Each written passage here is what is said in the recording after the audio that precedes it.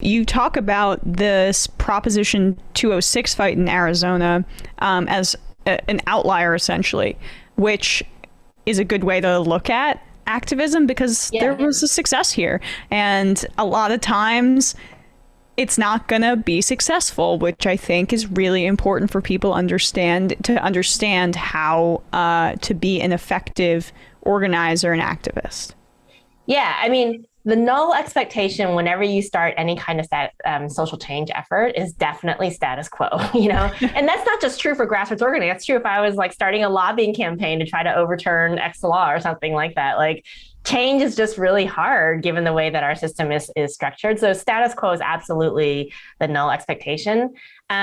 But I have an organizer friend who has a saying, which is that organizing is like beating your head against the wall until it's not, right? Like it's this kind of thing where it's like you feel like you're making no progress, you're making no progress, you're making no progress. Then all of a sudden it's like the floodgates open. And I think often we see that in campaigns like this where, because there's, you lay the groundwork, the progress is really hard to make visible, but then all of a sudden something happens and everything kind of explodes, And I think when we think about Arizona in 2020, for example, just to go back to that example, it's like, no one in 2010, when they were having that vigil on the statehouse lawn, could have anticipated that 10 years from now, all the whole country's eyes would be on them and thinking about which direction they're going to go in this very contested presidential election. Like no one could have predicted that.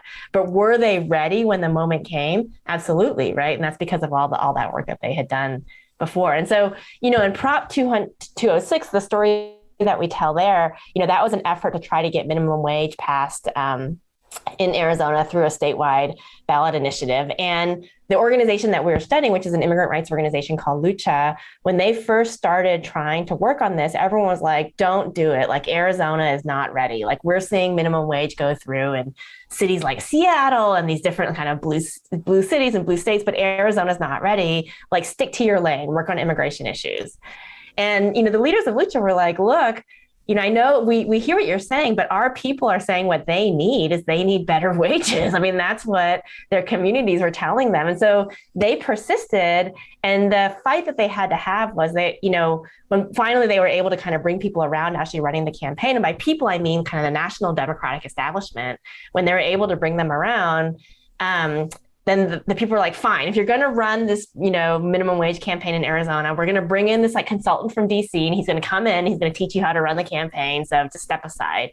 And they were like, no, like we want to do this on our own terms, and they had to fight to earn that right.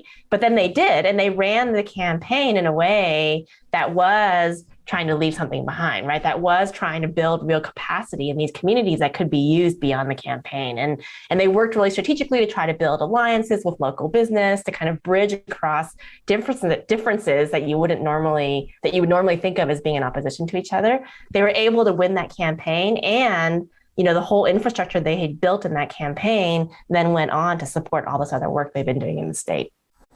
Right. And I mean, you mentioned consultants. That's I have a lot of feelings about consultants. Well, then, I'm going to ask you to elaborate a bit because I think, a lot of people don't understand how much of a cottage industry the consultant practice is they basically almost bankrupted the DNC because they were so committed to this group of moneyed consultants who don't add anything, but provide the perception that they're very busy and they're adding something. So I guess talk a little bit about that as an antithesis to the kind of organizing you're talking about here. Yeah, so there's a study by some political scientists, which is not my work, by Jacob Montgomery at Washington University and Brendan Nyhan, where they were looking at what is the impact of consultants on political campaigns, essentially, right? And if I were to kind of like talk to you and say like, well, what do you think are the things that determine campaign strategy, right? And here we're talking about congressional campaigns. So this is like House and Senate campaigns. And you might say things like, well, is there an incumbent in office? Is it a red state? Is it a blue state? Is it a swing state? Things that we can kind of anticipate as being the typical things that we would think of as determining campaign strategy. And what they found was that when they looked at a bunch of, I think it was House and Senate elections, and they tracked what the sort of variation in strategy was, the single most predictive factor of what kind of strategy your campaign used was not whether you were in a red state or blue state, whether you were having, it was an incumbent or an open seat or, any of these other factors that we might think about. It was which consultant you hired, right? Which is crazy. Like, it kind of blows my mind, right? Because what it means is that these consultants kind of have these formulas that they go, and whether they're working in a red state or like, no matter where they're working, one size fits all, right? It's a one size fits all kind of thing. But then these, if you're a candidate, and let's say you're an insurgent candidate and you're saying, I want to try to run a different kind of campaign, then the first thing that you hear, and this is kind of what happened in Prop 206, is everyone says, you can't do it. You can't do it alone. You can't do it your way. You need to hire these people that have experience, and they come in and they have a formula, and they teach you, how to do it. And I think that there's a real kind of chokehold almost on the way that a lot of politics are run because of that consulting industry. Now, I should just qualify. It's not to say there aren't some great consultants out there. There are, who do amazing work, but it's really hard, I think, for new people to break into that world and be able to differentiate between who's selling me a bag of goods and who's doing really good strategic work here. Yeah, and I think part of that is a sapping of the agency of people, right? Where they kind of make you feel like there are so many barriers to entry. And of course you don't understand how to do this campaign, silly person, right? And often that's very gendered and racialized as well. Like, there's a ton of disincentives and a lack of encouragement when talking about these grassroots campaigns, because there's this understanding from a lot of people in politics that you can only do it if you have this knowledge base. And so it causes people to make pretty bad decisions when oftentimes, especially progressive candidates, have a fairly good understanding of what their community is yearning for. Yeah, no, I think that's exactly right. There was a study that was done by, I can't remember exactly what year, but it was within the last decade, an organization that looked at the racial background of consultants hired by the Democratic Party and Democratic Party candidates.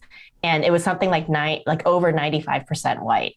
And so there's a mismatch between the people who are doing the consulting and both the candidates and the communities on the ground that they're seeking to reach out to. And it creates all the distortions that you can imagine.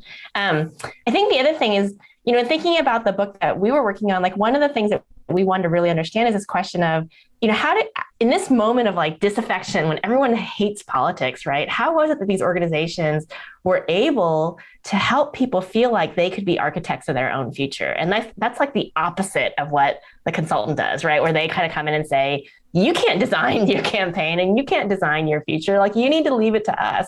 And I think too often people have the sense that like, oh, politics is for the professionals. Like, I can't actually have some say in what goes on in my community. And that was the opposite of what we found in these organizations. Folks, there's more of what you've just saw where that came from. That's if you hit the subscribe and like button. Thank you. Really, thank you.